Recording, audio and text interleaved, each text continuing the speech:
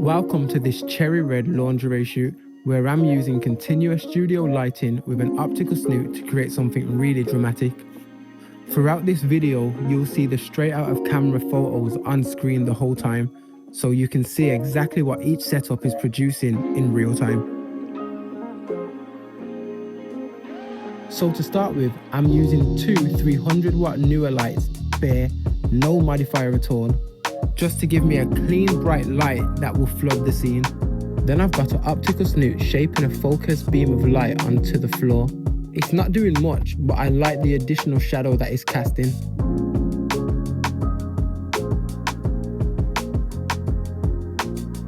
I'm going to switch the lighting up later and go for a much moodier look using just the optical snoot by itself. So if you don't want to wait around and you just want to see the more dramatic setup, skip to 4 minutes 30 seconds. But for now, this is the cleaner look to start with.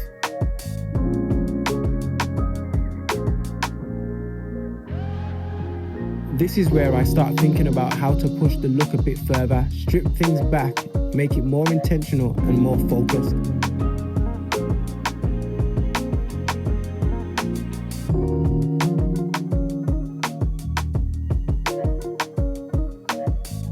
At this stage, the model is just working through poses. Keeping things quite simple, I'm just letting the lighting and the model do most of the work.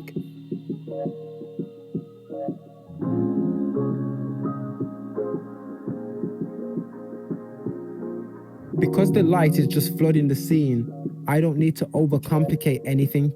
It's more about small adjustments, body angles, and letting that highlight fall off in the right place.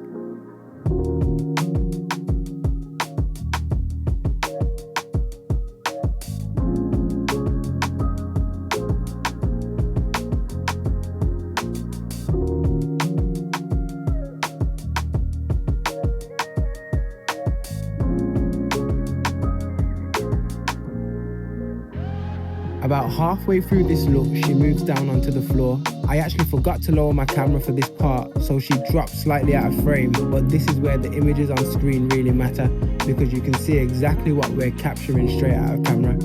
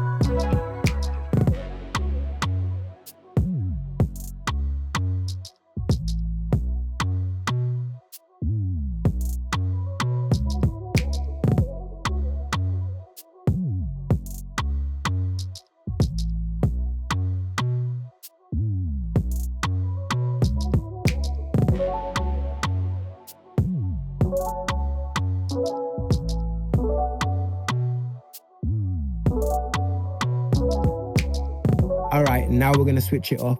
I've turned off the bare light completely and we're just using the optical snoot on its own.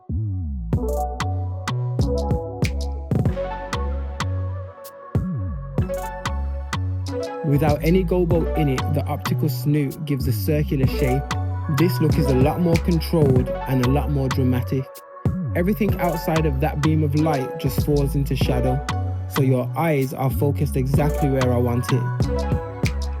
it becomes less about the environment and more about the shape, form, and highlights.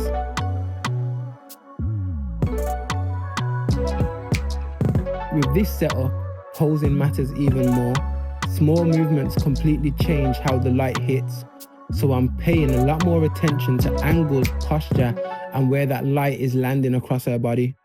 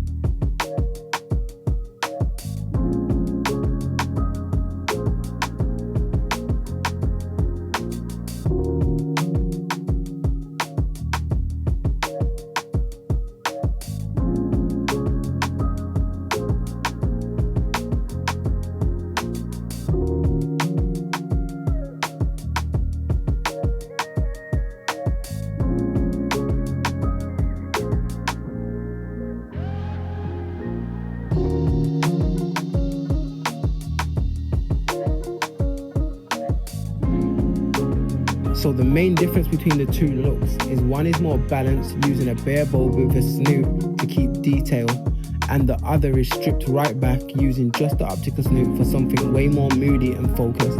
Let me know which one you preferred in the comments, and if you're into cinematic portrait work like this, there's more coming.